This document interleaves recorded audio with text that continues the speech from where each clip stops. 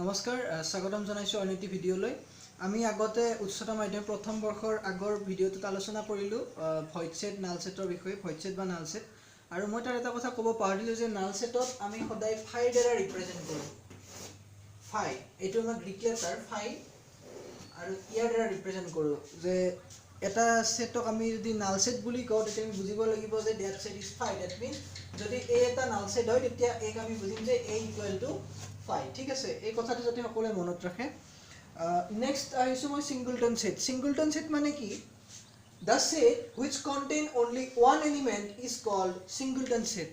হেবিলাক set যত কেৱল এটাই মেম্বাৰ থাকে হেবিলাক সেটক আমি কি সেট বুলি কম singleton set বুলি কম বা অসমীয়াত আমি একক সংহতি বুলি কওঁ যত কেৱল এটাই মেম্বাৰ থাকে ফৰ এক্সাম্পল মই দিছো 1 ইয়াৰ এটাই মেম্বাৰ আছে a ইয়াৰ এটাই মেম্বাৰ মই যদি কওঁ the set of smallest even prime 2 আছে গতিকে এইটোই হ'ব আমাৰ singleton set ঠিক আছে গতিকে singleton set মানে বেলেগ একো নহয় হেবিলাক কালেকশন যত কেৱল হেবিলাক সেট যত কেৱল এটাই মেম্বাৰ থাকে only one member is present in that set আৰু হেবিলাকক আমি singleton set বুলি কম ঠিক আছে গতিকে singleton set আমি সেকেন্ড ব্ৰেকেটে দিম এনো এটো সেট হয় আৰু ইয়াৰ মেম্বাৰটো ইয়াত আমি ব্ৰেকেটৰ ভিতৰত লিখিম ঠিক আছে এইটো হ'ল singleton set আচ্ছা ঠিক আছে গতিকে সেট থিওৰিত আমি ইতিমধ্যে শিকিলো যে নাল সেট কি বস্তু singleton set কি বস্তু ইকুৱেল সেট কাক কম সেট বিল্ডাৰ ফৰ্ম বা টেবুলাৰ ফৰ্মত কেনেকৈ লিখিম এইবিলাক কথা আমি আলোচনা কৰিলো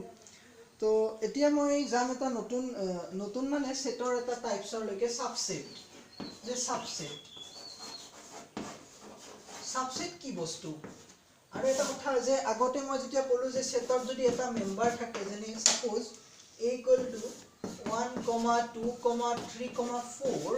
তেতিয়ালে মই কি কও যে 1 is the member of a তাৰ মানে 1 belongs to a that is 1 belongs to a 2 is belongs to a 3 is belongs to a 4 is also belongs to a 4 is belongs to a this symbol is called belongs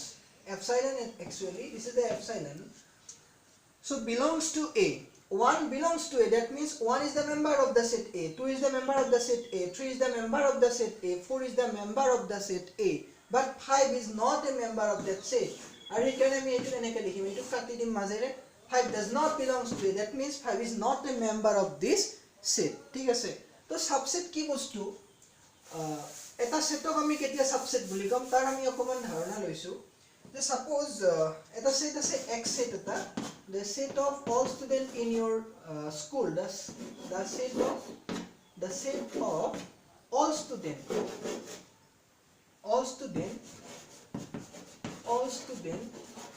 in your school okay x is the set of all students in your school and y is the set of the set of the student of your classroom the set of all student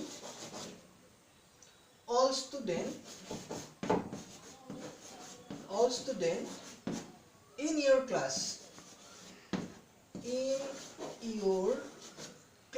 okay মই প্ৰথমতে ক'লো যে the set of all students in your school and the set of all students in your class এতিয়া এই যে set আছে the set of all students in your school বুলি কওতে স্কুলখনৰ গোটেই বিলাক ষ্টুডেন্টে আহিব সেই কালেকশনটো কিন্তু যেতিয়া মই y সেটটোৰ কথা কম মই হেকিটা কালেকশনে লম যিকিটা কালেকশন তোমাৰ ক্লাছৰুমৰ অৰ্থাৎ মই যেটো ক্লাছত পঢ়ো হেকিটা ষ্টুডেন্টৰ এই ক্লাছৰুমৰ ষ্টুডেন্ট আহিব এটা সাপোজ এখন স্কুলত ক্লাছ 10 লৈকে আছে তেতিয়ালে গোটেইখিনি ক্লাছ 6 7 8 9 10 গোটেই বিলাক মিলি কিনে ক্লাছৰ এই কালেকশনটো হ'ব স্কুলখনৰ কালেকশন কিন্তু তুমি সাপোজ 7 বা 8 ক্লাছত পঢ়া বা 10ত পঢ়া তো the set of all students in your class that means the collection of the students in your class তো এই যেটো সেট আছে এই সেটৰ মেম্বাৰ বিলাক ইয়াৰো মেম্বাৰ হয় because ইয়াতে সাপোজ ইয়াতে গোটেই বিলাক আহিব সাপোজ 6 অৰ ষ্টুডেন্ট 7 অৰ ষ্টুডেন্ট 8 ষ্টুডেন্ট 9 অৰ ষ্টুডেন্ট ঠিক আছে 10 অৰ ষ্টুডেন্ট মই সাপোজ 10 লৈকে ক'লো আৰু সাপোজ তুমি পঢ়া ক্লাছ 7 ত বা ক্লাছ 8 ত তেতিয়া ক্লাছ 7 বা ক্লাছ 8 ৰ যেটো মেম্বাৰ ক্লাছ 7 ৰ যিকিটা কালেকশন হে কালেকশন কিটা ইয়াতো থাকিব এইটো হ'ব লাৰ্জাৰ সেটটো ডাঙৰ সেটটো এইটো আৰু সৰু সেট হ'ব এইটো অৰ্থাৎ এই যিকিটা যিখিনি মেম্বাৰ আছে এই মেম্বাৰখিনি এই সেটটোৰ এটা মেম্বাৰ গতিকে কি কম মই যে y is the subset of the set x অৰ্থাৎ এই y সেটটো ক'ত সোমাই থাকিব x ত সোমাই থাকিব আৰু হেতু বুজিবৰ কাৰণে আমি এটা সিম্বলৰ সহায় লওঁ সাবসেটৰ ক্ষেত্ৰত আৰু হেতু হ'ল সিম্বলটো হ'ল যে মই কি কলো যে y is a subset of x y is subset of x বা y is contained in x ঠিক আছে y is the subset of x আৰু অসমীয়াত যদি ক'ব লাগে হেতু আমি কম যে y x ৰ এটা উপসংহতি ঠিক আছে y is the subset of x কেতিয়াবা আমাৰ সাবসেটটো মেইন সেটৰ ইকুৱেল হ'ব পাৰে তেতিয়া আমি ইয়াতে এডাল ইকুৱেল সিম্বল দিব পাৰো ঠিক আছে সমান যদি হয় কিন্তু সাবসেটৰ ক্ষেত্ৰত আমি জেনাৰেলি প্ৰপাৰ সাবসেট বুলি কওঁ ইয়াক যে y is properly contained in x ঠিক আছে এটো হল সাবসেটৰ কথা গতিকে যিকোনো এটা সেটক যেতিয়া এটা কান্তৰ সাবসেট বুলি কম তেতিয়া আমি এটো বুজিম যে y is a subset of x মানে y is purely contained in x ঠিক আছে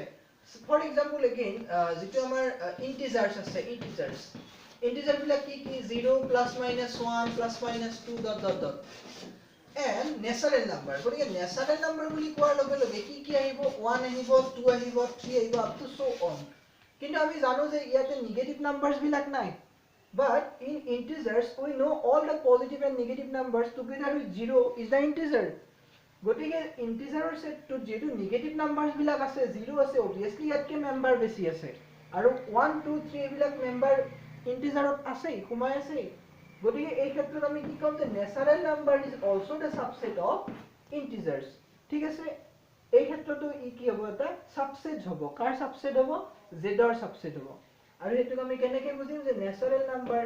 n capital n is subsets of integer capital Z or I ৰেও ৰিপ্ৰেজেন্ট কৰে ইন্টিজাৰক ঠিক আছে গতিকে এইটো হ'ল আমাৰ সাবসেটৰ কথা আৰু আগত যেটো মই কলো যে নাল সেটৰ কথাটো নাল সেট মানে হ'ল যত কোনো ধৰণৰ মেম্বাৰ নাথাকে আৰু নাল সেটটো সদায় সকলোবোৰ সেটৰে কি হয় সাবসেট হয় অৰ্থাৎ মই এইটো ক'ব গৈছো যে ফাই যেটো কৈছিলো নাল সেট মানে যত কোনো ধৰণৰ মেম্বাৰ নাথাকে সেই সেটটো সদায় কি হয় যে এটা সেট এ কি হয় সাবসেট হয় এনি সেট যিকোনো সেট থাকিলে ফাই তাৰ সদায় কি হ'ব সাবসেট হ'ব ঠিক আছে এটা সাবসেটৰ ডেফিনিশনলৈকে যাও মই ডেফিনিশনটো যদি দিব লাগে আমি কেনেকৈ কম a set is said to be subset a set is said to be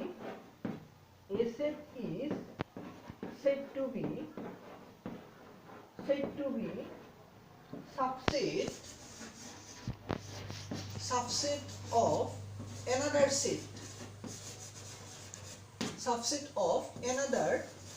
set if all the members of the a set suppose eta set of now a set x is said to be subset of another set suppose y if all the members of x is if all the members of x is the member of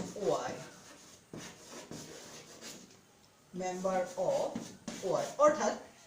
a set x is said to be subset of another set y if all the members of x is the member of y that means x or প্রত্যেকটা মেম্বারে যদি y কি হয় member হয় তেতিয়া আমি কি কম যে x is subsets of y আৰু এটো আমি কি বুলি কম যে x is subsets of y তো এইখিনি আছিল আজি আমাৰ সাবসেটৰ ওপৰত গতিকে নেক্সট আমি ইয়াৰ পিছলৈ পৰ্যায়লৈ যাম ধন্যবাদ